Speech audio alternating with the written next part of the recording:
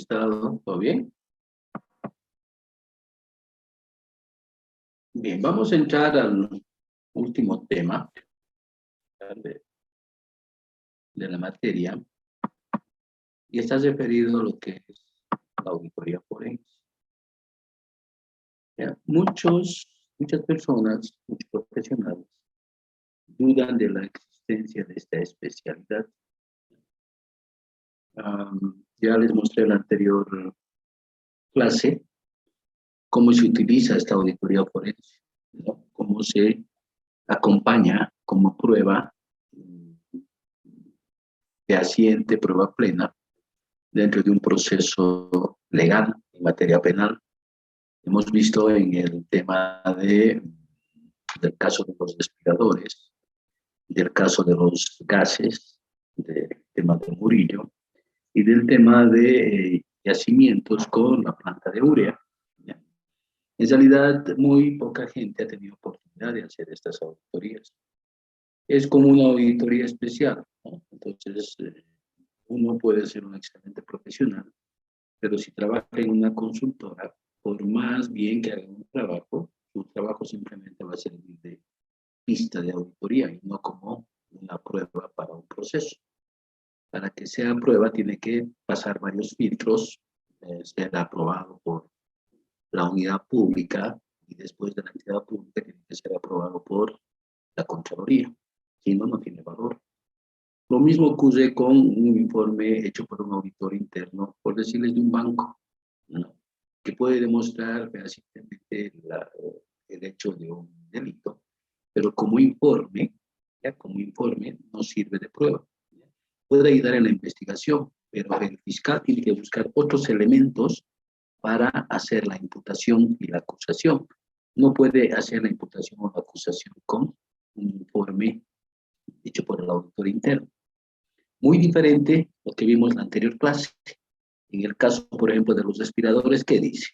El fiscal dice, estoy acompañando para hacer la imputación formal, para que se abra el juicio oral. Estoy acompañando 70 pruebas testificales, es decir, 70 declaraciones de personas testigos, y aparte 140 o 150 pruebas documentales, y además del informe de auditoría forense. Entonces, ese además del informe de auditoría forense quiere decir que resume todos esos elementos que le están presentando en sus 70 pruebas testificales y las 140 o 150 pruebas documentales, ¿no? Entonces, el informe de auditoría forense sirve para eso.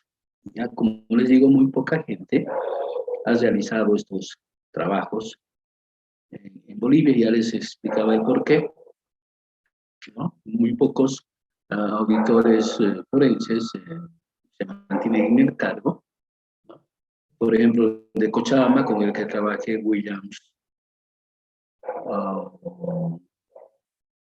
Flores, ese señor se mantiene desde el 2007, pero es el auditor forense del INDIC Sucre. Entonces, es su palabra autorizada, podríamos decir. Entonces, ¿de dónde viene este tema de auditoría forense? ¿Por qué es? Ya no es tan nuevo, porque esto viene desde el año 2001. En realidad, el concepto forense, como tal, sin incluir o anteponer el término de auditoría, esto viene de la época medieval, es decir, del siglo XIII, siglo XIV, donde se asociaba a un concepto unido del latín, uno que es forensis, que significa público manifiesto, ¿no? Y forum, que es la plaza pública. Entonces, en la época medieval, como no había medios de comunicación, como los hay ahora, para hacer conocer los manifiestos, los decretos del rey, que tenía que conocer la población, estos tenían que ser pegados en las plazas públicas, en las plazas principales. Y normalmente, para que la gente tome conocimiento, lo que hacían estos miembros era acudir con un tamborero por delante, que hacía bulla para que la gente vaya, se reúna y conozcan lo que estaba diciendo el rey. Inicialmente eran temas simplemente orales, ¿no? donde el rey decreta y toda la gente se reunía ahí. Ahora, posteriormente a esto, ya antes del tema forense, había un elemento que se llamaba la ordalía, ¿ya? O se llamaba ordalía.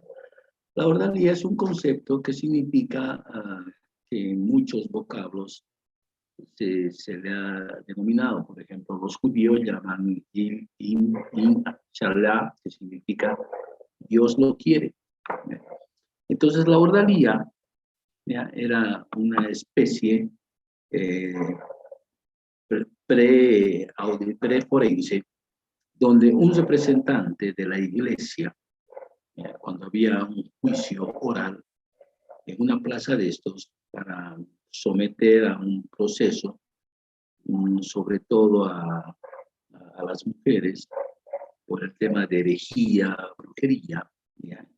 Entonces, un representante de Papa, ¿no?, porque papas hay desde el año 610, agarraba y decía, Dios quiere que esta persona sea quemada, o Dios quiere que esta persona se la ahorque, se la lleve a la horca, o Dios quiere que se la encierre en un claustro, en un cuarto de 1 por 1 o 2 por 1, un cuarto pequeño, ubicado en plena plaza, para que la gente vea que la estaban sancionando.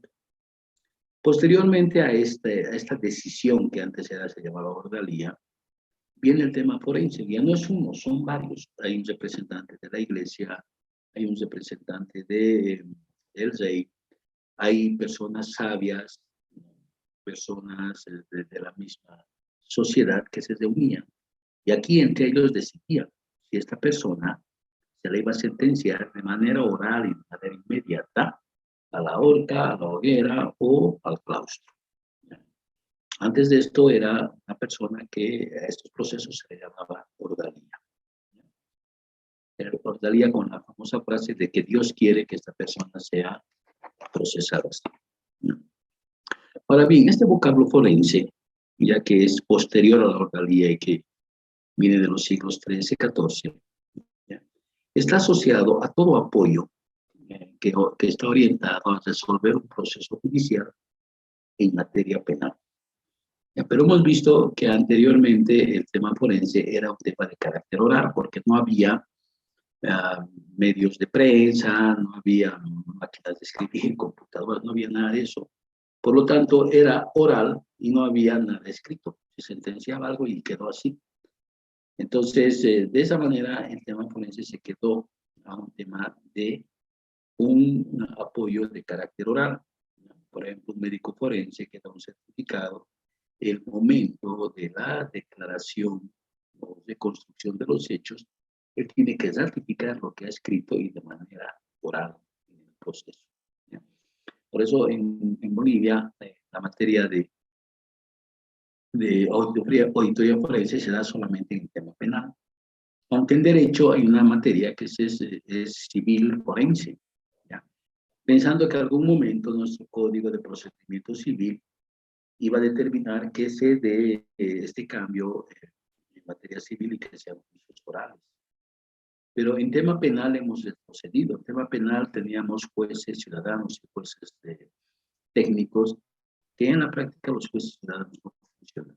Entonces, lo que se pensó que iba a ser una revolución en el tema de la justicia, prácticamente ha durado un poco y ahora se volvió a lo anterior, que era simplemente un grupo de personas técnicas que son los jueces que dan la sentencia. En otras palabras, en el tema forense, proporciona al fiscal o al juez los elementos necesarios para identificar y tipificar los delitos, ya sea de orden económico, que también pueden procesarse por la vía penal. Entonces, ¿cuál es el aspecto principal de este tema forense? Y como ejemplo podemos dar lo que ocurrió hace poco en Yapacaní. En Yapacaní un niño fue violado por mucho tiempo por una familia. Pero resulta que cuando el niño entra a terapia intensiva, se agudiza la sentencia y para iniciar la acción, requieren que el médico forense le haga una valoración. Y el médico forense hace su valoración y en base a eso se hace la imputación.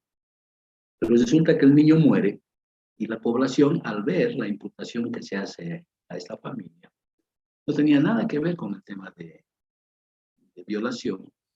Agarran y piden las denuncias del juez, porque el juez se habría parcializado con esta familia, ¿no? Y no habría dado una detención preventiva por violación.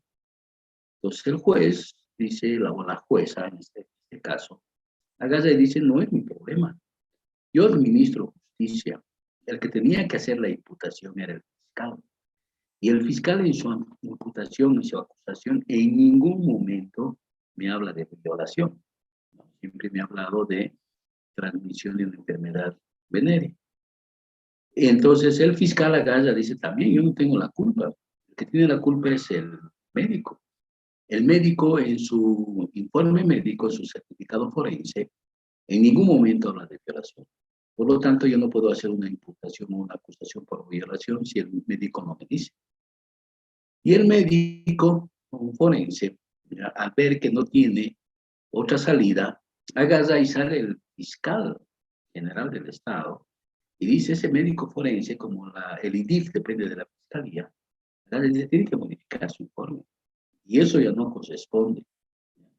Entonces se lo presiona y este médico va y hace un nuevo informe y dice, sí, ha habido violación, pero eso está fuera de todo elemento. Porque en base a lo que saca el médico forense, se hace la tipificación del delito. ¿Ya? Entonces funciona así este elemento. Entonces, todas estas actividades forenses, hemos visto que en el laboratorio del IDIF, que son 5, excluyendo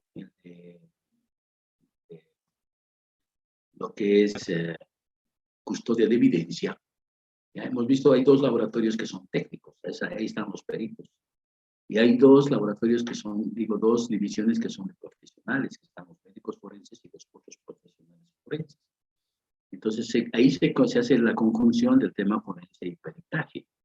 Pero la auditoría forense tiene un efecto más probatorio que la auditoría, que el peritaje. Entonces, ¿qué hace el tema forense? En síntesis, la actividad forense es la ciencia de la investigación de un crimen, sin importar el área de competencia, porque hay delitos contra la vida humana, hay delitos económicos, hay delitos de corrupción, hay delitos financieros, hay delitos contra el patrimonio, delitos ecológicos, delitos internacionales, informáticos, crimen organizado. Por ejemplo, el concepto de medicina forense o medicina legal, en el tema de la facultad de medicina, se llama medicina legal. Es una función directamente relacionada con la investigación de orden criminal penal. Al determinar en sus informes la base para que un juez o un fiscal pueda tipificar un delito.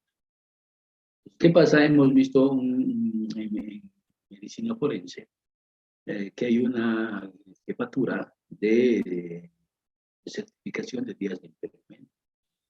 Si esa unidad da una certificación de 20 días de impedimento, entonces es un juez, ¿qué puede hacer? No, dicen aquí no hay delito. Los delitos tienen que ser de 30 a 180 días. De 20 días no hay delito, no puedo inventarme. El médico me ha hecho eso. Pero ¿qué pasa si el médico dice no va a ser igual en menos de 180 días? Entonces el fiscal agarra y dice, que hay un delito de lesiones gravísimas. Por lo tanto, yo ya tengo mi delito. Lo que falta ahora es investigar el tema de los agravantes, de los atenuantes, para ver si ha habido culpa, dolo, la forma de cómo se ha perpetrado el delito, para determinar y pedir cuántos días de cárcel, cuántos meses, cuántos años, etc. Ahora, en el tema de auditoría, este nombre de auditoría forense empieza a surgir recién a partir del año 2000. Una vez ese año, en el mes de septiembre del 2000, el gerente financiero de la empresa Enron convoca una conferencia de prensa y declara públicamente que están en quiebra. Y para todo el mundo una sorpresa, porque la última evaluación que se hace allá respecto, por decir, al tema de empresas innovadoras, de empresas con clima laboral, La número uno era la Enron, como una empresa ejemplo, que todo el mundo quería trabajar. Al igual que acá, la gente quiere trabajar en Tigo, quiere trabajar en La Paceña. Entonces son empresas de prestigio y sale el gerente y dice, no, todo es una farsa. ¿Y cómo se ha hecho esto? Gracias a un auditor que teníamos, que era Arthur Andersen, que nos hacía la contabilidad y nos hacía la auditoría, ¿no? Y ellos se inventaron la contabilidad, ellos sacaban infinidades ficticias, ellos utilizaban esta información para la bolsa de valores, vendíamos acciones, pero lo cierto es que estamos en quiebra, ¿no? Entonces, ¿dónde surge esto? Cae la Enron, posteriormente cae WorldCom, estas dos en Estados Unidos, y la tercera cae en Italia, Parmalat. Ahora, ¿por qué Parmalat? Parmalat, el impacto que tiene, no tanto por el tamaño de la empresa, sino es la gente que asocia. Es como la pila en Cochabamba, o sea, tanta gente trabaja con la pila, ¿no? Lecheros, proveedores, o sea, es inmensa la cantidad de gente que está vinculada a la pila. Lo mismo ha sido Parmalat. Ahora bien, ¿qué pasa con este tema de la especialidad forense? Resulta que nuestro Código Penal está dividido en tipos. Entonces, hay tipos de delitos, por ejemplo, que son contra la vida, y para ellos están los médicos forenses. Hay delitos informáticos, aunque en Bolivia solo hay dos, ahí están los informáticos forenses. Para los delitos patrimoniales, económicos, financieros, contables, está el auditor forense. Para los delitos relacionados con la construcción, está el arquitecto, está el ingeniero forense. En los delitos del comportamiento humano está la psicología forense, los psicólogos, los psiquiatras. Entonces, todo delito tiene un apoyo forense. Y estos apoyos que se dan son, si quieren, dan en carácter de prueba preconstituida. Ahora bien, en Bolivia, a pesar de que el IDIF establece que la voz o el informe del auditor forense del IDIF tiene la calidad de prueba preconstituida, pero no hay reglamento, no hay norma, no hay definiciones, no hay nada en el IDIF. Y tampoco viene de la Contraloría, porque la Contraloría dice, no me compete el tema de la auditoría forense.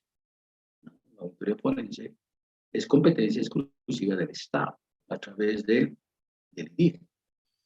Pero este concepto que les estoy dando ahora es concepto de un libro colombiano, que en la práctica en Bolivia no hay una definición legal de lo que es la auditoría forense. Dice, es una auditoría especializada en descubrir, divulgar y atestar sobre delitos en materia económica, financiera y contable. Ahora, ¿cuál es su objetivo? Contribuir en los procesos de tramitación de identificación de delitos. El médico forense le da el delito al fiscal, lo mismo que el auditor forense. Ahora, hemos visto en esos tres casos de la clase anterior que una auditoría forense constituye prueba legal para hacer la acusación de imputación.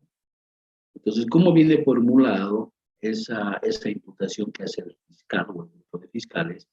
Dice, están pidiendo al juez que se aperture la fase de lo que es la administración de justicia del proceso penal en base a la acusación que se va a hacer. ¿Y qué dice los fiscales? Tengo 70 pruebas testificales, 100 y tantas pruebas documentales y tengo el informe de auditoría forense. Con esto estoy iniciando la acción correspondiente, haciendo la acusación o la imputación. A partir de ahora empieza a funcionar. También puede servir de apoyo en la litigación. Litigación es juicio, ¿no? Dentro de un proceso judicial. Ahora bien, ¿cuándo nace esta auditoría? En Estados Unidos, que es la cuna, si quieren, de la normativa en nuestra materia, eso se inicia en los años 80. En los años 80, en 4 o 5 estados de la Unión, se dan simultáneamente la quiebra de las cooperativas de ahorro y crédito. Allá las cooperativas se llaman credit union. Entonces, las credit union en Estados Unidos, al igual que acá, son instituciones aparentemente sin fines de lucro, ¿ya? O sea, son un mix entre la parte social de un banco, ¿no? Porque estas no buscan lucrar. Obviamente ganan, pero lo que hacen es de invertir sus utilidades. Pero ¿qué pasó? A pesar de que esas cooperativas tenían un fondo de garantía, un fondo de protección de la voluntad, esos recursos no alcanzaron para pagar las quiebras de estas cooperativas. Entonces, al ver que sucedía esto, y podía irradiarse, porque en muchos países, como en Alemania, como en Israel, como en Canadá, eh, eh, el tema cooperativo es bastante grande, igual que en Bolivia, sobre todo Santa Cruz. En Santa Cruz, las cooperativas, por ejemplo, todos los servicios básicos son cooperativas. Lo que es el PKK, por ejemplo, en Santa Cruz de Macré, es una cooperativa. Lo que es Corteco acá en Santa Cruz es Cotas. ¿No? Lo que es Semapa acá en Santa Cruz es Aguapac, es una cooperativa. ¿No? En Santa Cruz los mercados, los transportes, son cooperativas. Entonces, para que no se irradie, tuvieron que regular esta situación a nivel mundial. ¿Y dónde lo hicieron? Si quiere, en el Banco Central Europeo, que tiene sede en Basilea, es una ciudad de Suiza, donde definen el primer acuerdo de capital. Pero eso no bastaba. Decía, en Estados Unidos sabemos que hay corrupción. Entonces, el año 85, el Congreso americano constituye una comisión nacional de análisis de reportes financieros fraudulentos. Entonces, esta comisión da lugar a que se constituya un comité, ¿ya? Este Comité of the Sponsoring Organization, que si ven el acrónimo, es decir, las primeras letras, significa el COSO. Ustedes han debido ver en alguna parte lo que es el informe COSO. Este informe COSO, como ha sido hecho por los americanos, no tiene la finalidad de identificar factores que dan lugar a la presentación de información financiera falsa o fraudulenta. Y todo está vinculado a un tema de control interno. Pero lo básico de este informe COSO es que la responsabilidad primordial es de la máxima gerencia o del gobierno corporativo. El gobierno corporativo de un banco, por ejemplo, es el directorio más sus principales ejecutivos. Y una cooperativa es su asamblea, no asamblea, sino su consejo de administración más sus ejecutivos. Entonces, en una entidad grande, por ejemplo, como Yacimientos, debería ser su directorio y sus principales ejecutivos. Por esa razón es que el primer elemento del informe COSO es el ambiente de control, es decir, la filosofía de los ejecutivos para manejar de manera transparente una entidad. Entonces, ¿qué decide? ¿Quién hace este informe COSO? Es la Coopers & Lybrand, que hasta el año 2001 era la segunda firma de auditoría más grande del mundo, es una firma inglesa. Pero esta firma tuvo que juntarse con la firma número 1, que era la Pricewaterhouse, para salvar nuestra profesión. Entonces, este informe COSO se publica el año 1992. Ahora, ¿qué pasa? Este informe COSO es para Estados Unidos. Estados Unidos tiene un sistema financiero diferente al de Bolivia. En Bolivia se le da más importancia a un banco. En Estados Unidos tiene más importancia la bolsa de valores. ¿Ya? En Estados Unidos es un país capitalista de esencia, donde existe mucha especulación sobre el tema del dinero. En Bolivia no. Entonces, pero igual, como los americanos financiaban todos, agarran y dicen, esto se aplica en Bolivia. Ahora bien, ¿qué pasa con este informe COSO?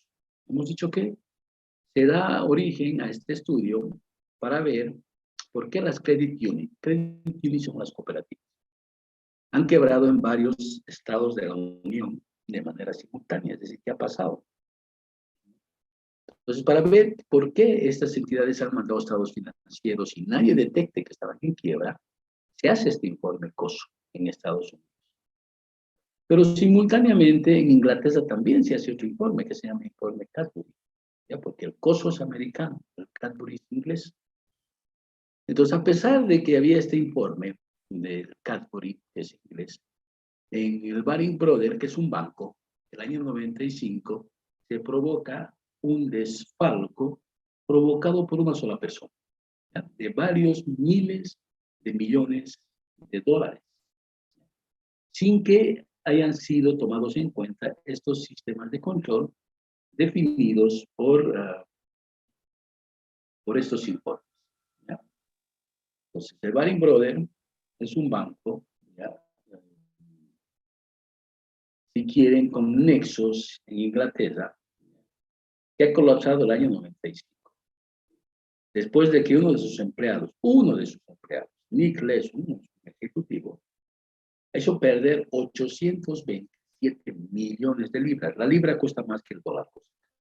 Es decir, aproximadamente 1.200 millones de dólares, especulando con contratos de futuro. ¿Ya? Los futuros en Bolivia no funcionan.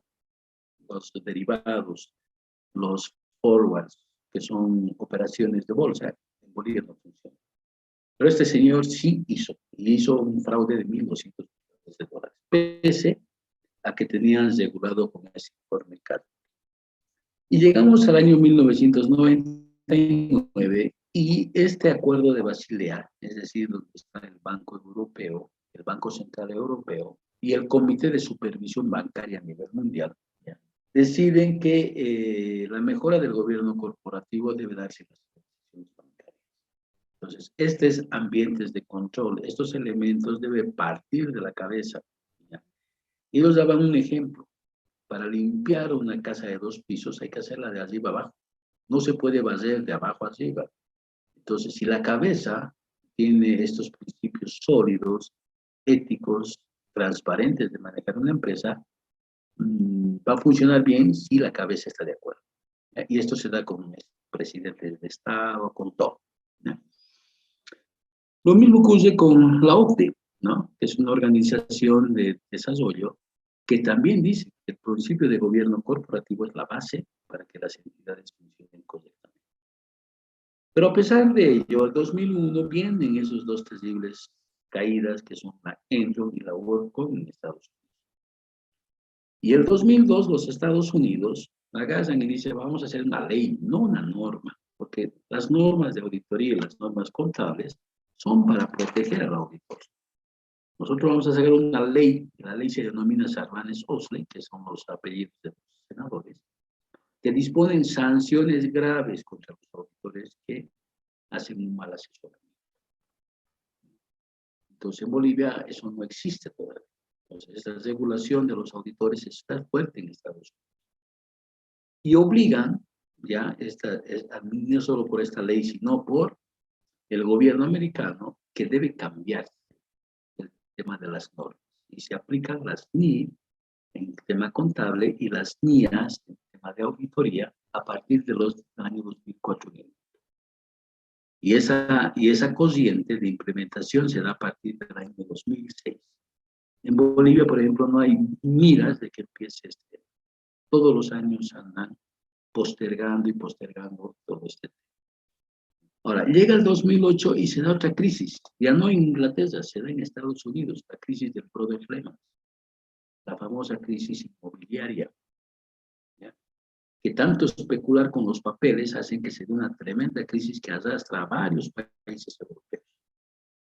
Entonces, esta es una crisis de carácter comercial que se da el 2008 y se profundiza el año 2018 con la compra, en parte, de Aramco por parte del gobierno chino de las refinerías de Arabia Saudita. Entonces, aquí se va a armar un conflicto que ya está viéndose entre Rusia, Ucrania, Rusia, la OTAN, Rusia, Estados Unidos. Es un tema de carácter comercial. Ahora, ¿qué pasa con estos informes? Hemos visto el informe COSO, que es americano. El informe Cadbury es de Inglaterra, pero Cadbury está relacionado a la bolsa de valores. La bolsa de valores inglesa es una de las más importantes del mundo. También en Canadá saca su propio informe, el informe DEI, que sale en Canadá. En Francia sale el informe Bienot, es el equivalente al COSO, pero en Francia, Bienot. En España se llama informe Olivenza. Y la OCDE es la Organización para la Cooperación y el Desarrollo Económico, que es transnacional, es un brazo operativo de las Naciones Unidas, para ayudar a las grandes empresas, ¿ya?, a que se manejen con transparencia. Luego está el tema de Basilea del año 99, que es el segundo acuerdo, donde se define los factores de riesgo en el manejo del mundo. Y aquí entra con bastante fuerza el tema del dinero. El año 2002, la ley Sarbanes-Oxley en Estados Unidos. En Estados Unidos, el informe COSOS es reforzado por el informe Winter, que es para intermediación financiera. En España también el informe Olivencia es reforzado por el informe Altama. En Inglaterra el informe Hayes. La final NICE de Estados Unidos. ¿Qué es la NICE en Estados Unidos? Estados Unidos no es como Bolivia. En Bolivia solo tenemos una bolsa boliviana de valores. En cambio, la NICE es la bolsa de valores más importante del mundo. Es la bolsa de Nueva York. En Nueva York existen un montón de bolsas, pero esta es la más importante del mundo. Ahora, nuevamente esta Organización para la Cooperación y el Desarrollo Económico saca nuevas recomendaciones para 2004 y en base a lo que pasó en Brothers Lehman sale el tercer acuerdo de capitales en Basilea. Es decir, cómo se deben administrar los bancos para evitar estas crisis. ¿No? No sé si tienen alguna pregunta, alguna duda. ¿Ya? Estamos viendo la parte introductoria de este tema. En Bolivia no tiene ni el más mínimo apego técnico. ¿Ya? Hemos visto que en Bolivia la auditoría forense nace en él, pero no hay un tema técnico como hay en otros países. ¿Ya? Como estamos viendo acá, en Francia, en Canadá, en España, que tienen sus propios informes. Y nosotros estamos hablando de los conocidos, no estamos mencionando los chinos, los rusos y otros países que tienen gran influencia en este tema de sus bolsas de valores. ¿Alguna duda, alguna pregunta?